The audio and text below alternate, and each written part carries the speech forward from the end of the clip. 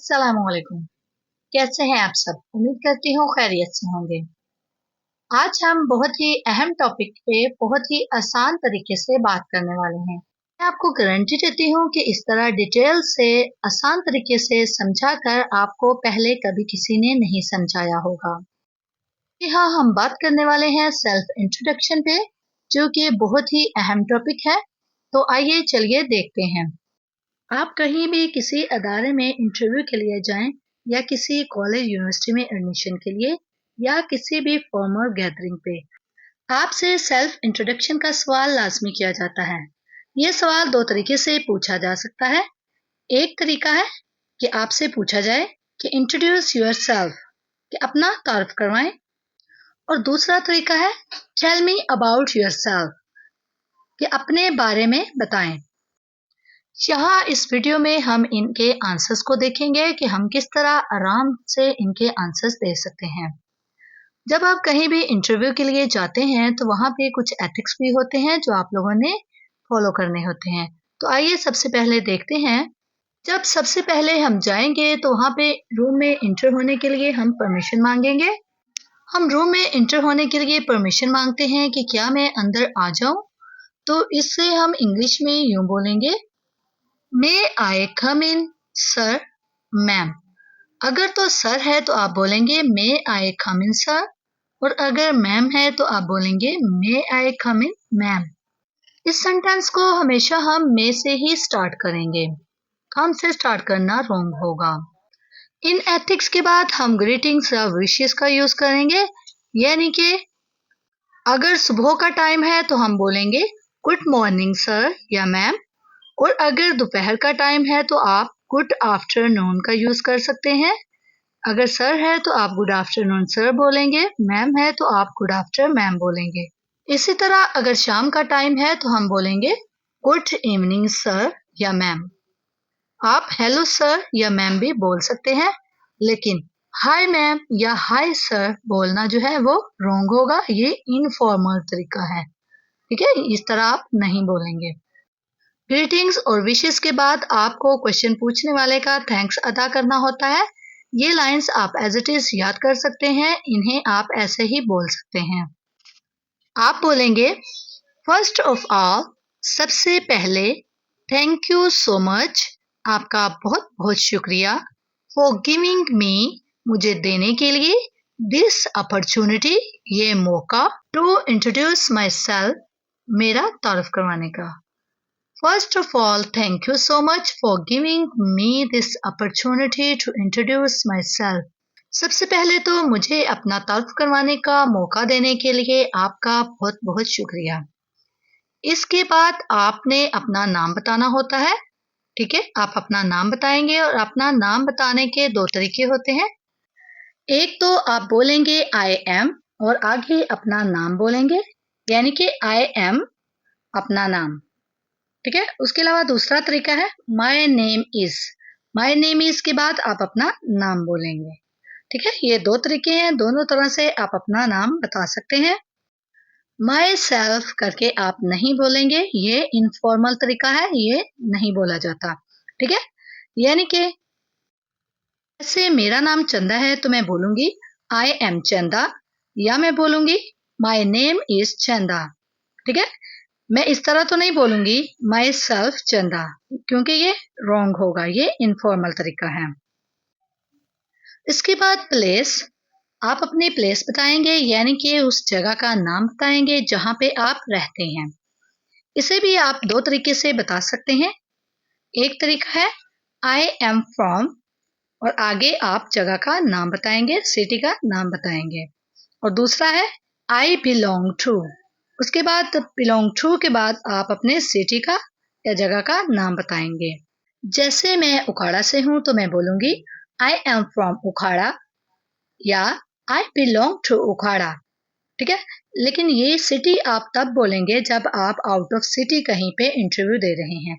अगर आप local area में अपने सिटी में इंटरव्यू दे रहे हैं तो आप इस तरह नहीं बोलेंगे, आप जस्ट टाउन का नाम, ठीक है, या जगह का नाम बोलेंगे, शहर का नाम नहीं बोलेंगे, ठीक है? अंडरस्टैंड?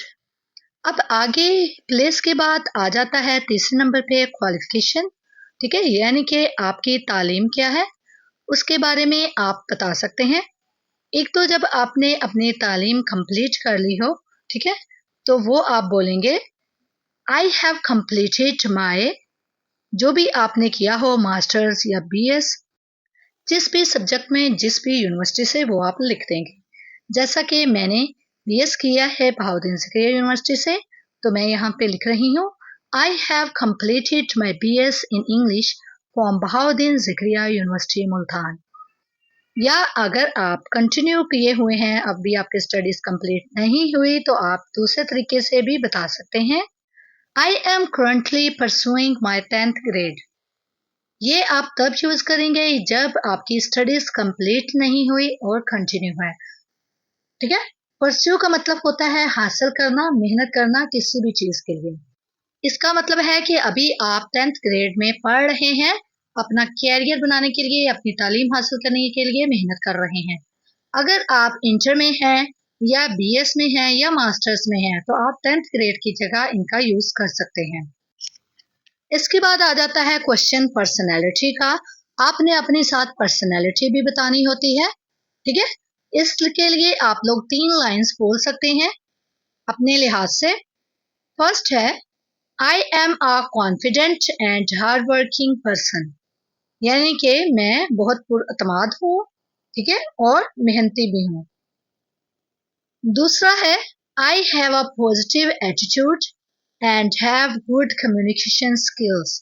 ठीक है, यानी कि मेरा रवैया बहुत मुस्बत है और मेरी कम्युनिकेशन स्किल्स भी बहुत अच्छी हैं। और थर्ड है I am a quick learner and a creative person. ठीक है, यानी कि मैं बहुत जल्दी सीखता हूँ और मैं एक क्रिएटिव पर्सन हूँ। इन तीनों लाइंस में से आप अपनी पर्सनैलिटी के लिहाज से कुछ भी चूज कर सकते हैं, या इन्हें आप थोड़ा सा चेंज भी कर सकते हैं। यानी कि I am a quick learner and a confident person, इस तरह भी बोल सकते हैं। या आप बोल सकते हैं I am a hard working and creative person. ठीक है, जिस तरह आप चाहें चेंजिंग कर सकते हैं। जब आपने सब कुछ बता दिया, पर्सनैलिटी के बारे में भी बता दिया, तो पर्सनैलिटी के बाद आप अपनी हॉबीज के बारे में बता सकते हैं। लेकिन हॉबीज के बारे में आपने जो भी बताना है बिल्कुल सच बताना है। मैं अपना बता रही हूँ, आप अपनी हॉबीज के लिहाज से अपनी लाइंस को आप याद कर लेना और लिख लेना। My hobbies are reading books and listening Islamic content. ठीक है, आप माई हॉबीज आर, आगे जो भी आपकी हॉबीज हैं उसे आप लिखेंगे। या आप इस तरह भी बता सकते हैं कि आई लाइक के बाद आपकी जो भी आपको पसंद है वो लाइंस लिखेंगे। जैसे मैंने लिखा है I like paintings and watching English movies. ठीक है, तो आप अपनी हॉबीज के बारे में अपने लिहाज से लिखेंगे। नेक्स्ट आ जाता है आपका एक्सपीरियंस। एक्सपीरियंस के बारे में बताना भी बहुत जरूरी होता है। अगर आप फ्रेशर हैं, यानी कि आपने अभी अभी अपनी ग्रेजुएशन कंप्लीट की है, तो आप सिंपली बता सकते हैं आई एम अ फ्रेशर। अगर आपका कोई एक्सपीरियंस नहीं है तो आप सिंपली बोलेंगे आई एम अ फ्रेशर। ठीक है, लेकिन अगर आपका एक्सपीरियंस है तो आप अपने एक्सपीरियंस के बारे में बताएंगे और आप इस तरह बोलेंगे आई हैव 8 ईयर, या जितना भी आपका 2 ईयर हो, 3 ईयर हो, या 6 मंथ्स, 7 मंथ्स, 9 मंथ्स। ठीक है, मंथ्स में हो या ईयर्स में, वो आप लिखेंगे। उसके बाद बोलेंगे ऑफ एक्सपीरियंस इन, इनके बाद आपका जिस भी किसी चीज में एक्सपीरियंस है आप वो लिखेंगे। जैसे कि मेरा टीचिंग इंग्लिश में एक्सपीरियंस है, तो मैं बोलूंगी I have 8 years of experience in teaching English. ठीक है, कि मेरा इंग्लिश पढ़ाने में 8 साल का तजुर्बा है। इसके बाद सब कुछ बोलने के बाद अपनी एंडिंग करना भी बहुत जरूरी है। एंडिंग करने के लिए आप लोग बोलेंगे दैट्स ऑल अबाउट मी, मतलब यही सब कुछ था मेरे बारे में जो मैंने आपको बता दिया। आगे थैंक यू। ठीक है, आप इसे याद कर लीजिए, that's all about me, thank you. ये थी आज की वीडियो। अगर आपको वीडियो पसंद आई हो तो इसे लाइक कर दें, फ्रेंड्स के साथ शेयर कर दें, और आप जिस तरह मैंने आपको इंट्रोडक्शन करवाना सिखाया है ऐसे ही एक ब्रीफ सा इंट्रोडक्शन आप कमेंट में लिख के कमेंट भी कीजिएगा और मज़ीद वीडियोस के लिए मेरे चैनल को सब्सक्राइब कर लीजिएगा। Take care.